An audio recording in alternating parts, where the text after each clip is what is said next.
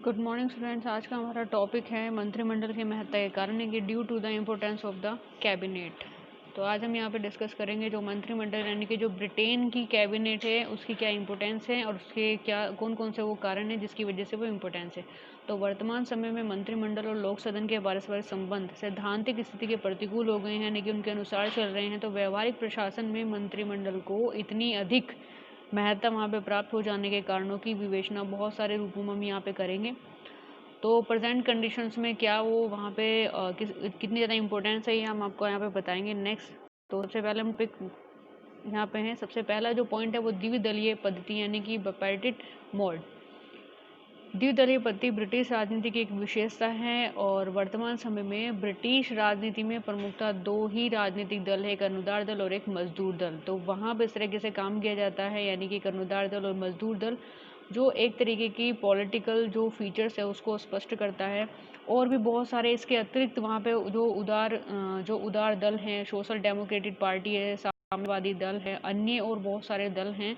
लेकिन उन्हें सत्ता प्राप्त होने के कारण मतलब जो सत्ता प्राप्त होने के जो अवसर होते हैं वो काफ़ी हद तक उनको बहुत ज़्यादा कम यहाँ पे मिलते हैं। देखिए, एक जो हाउस ऑफ कॉमन या हाउस ऑफ लॉर्ड की जब हम बात करते हैं तो वो राजनीतिक दल नहीं है, वो वहाँ पे सदन के पार्ट हैं। तो यहाँ पे जब हम बात करते हैं दलों की, जिस तरीके से इंडिया में बहुत सारे दल अलग अलग लेवल पर काम करते हैं लेकिन जिनको सिस्टम में आने का मौका वो जिन्हें मिलता है वो अलग होते हैं, क्षेत्रीय दल अलग होते हैं। इसी तरीके से ब्रिटेन में भी कुछ डेमोक्रेटिक पार्टी हैं, कुछ साम्यवादी दल हैं और कुछ दल ऐसे हैं जिन्हें वहाँ पे सत्ता प्राप्त करने का अवसर नहीं मिल पाता है। और इस डायरेक्शन से उनका जो मतलब इम्पोर्टेंस होती है वो काफ़ी हद तक बहुत कम होती है। तो इंग्लैंड में द्विदल पद्धति होने के कारण एक दलीय मंत्रिमंडल का निर्माण होता है। तो अगर हम दल की बात करें तो वहाँ पे यही दो दल, अनुदार दल और मजदूर दल, is a very very important और काफ़ी हद तक इनकी इंपॉर्टेंस यहाँ पे होती है। नेक्स्ट हम बात करते हैं कठोर दलीय अनुशासन, इनकी स्ट्रिक्ट पार्टी डिसिप्लिन। देखिए, मंत्रिमंडल को शक्तिशाली बनाने में सर्वाधिक महत्वपूर्ण योगदान जो है वो राजनीतिक दलों के निरंतर बढ़ते हुए कठोर दलीय अनुशासन से किया जाता है। किसी भी सिस्टम में हम देखते हैं जहाँ भी स्ट्रिक्ट पार्टी डिसिप्लिन होता है वो पार्टी सही तरीके से अपना जो कंट्रीब्यूशन है देश के लिए वो काम करती है, सिस्टम को सही तरीके से चलाती है। तो आजकल दल का जो अनुशासन है वो इतना कठोर हो गया है ब्रिटेन में कि प्रत्येक सदस्य को दल के आदेशों का पालन करना ही होता है और वो अपने अपने लेवल से कैसे करना होता है वो अपने सिस्टम के तरीके से वहाँ पे उसको मेंशन करती हैं। नेक्स्ट हम बात करते हैं सुधार कानूनों का परिणाम यानी कि रिजल्ट ऑफ इम्प्रूव्ड लॉज। तो 1832 के प्रथम सुधार कानूनों के से पहले तक की स्थिति यह थी कि सदस्यों की अपने राजनीतिक दल के प्रति भक्ति सामान्य तौर पर परिवर्तनशील होती थी।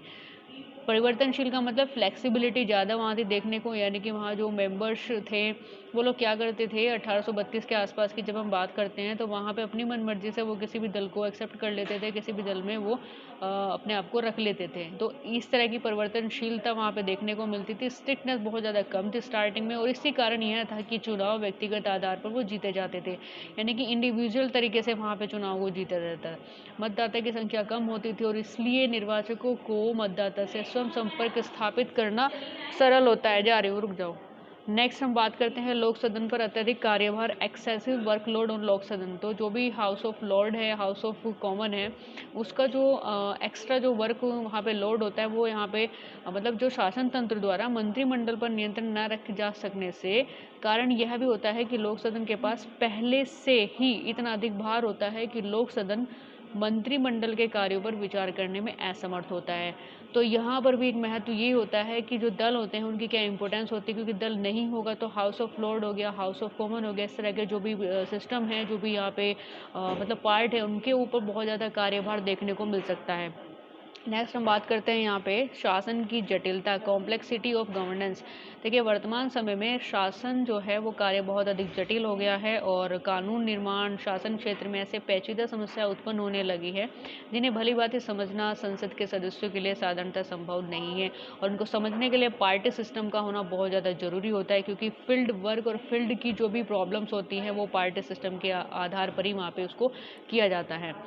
तो यहाँ पे हमने प्रॉपर रूप से आपको और भी बहुत सारे ऐसे पॉइंट है जो नेक्स्ट कंसेप्ट में हम क्लियर करेंगे इससे रिलेटेड। ये पार्ट 1 में हमने यहाँ पे 4 पॉइंट को डिस्कस किया था, जो प्रॉपर रूप से क्या यहाँ पे कि duty the importance of cabinet, तो क्या कारण है मंत्रिमंडल की महत्ता के।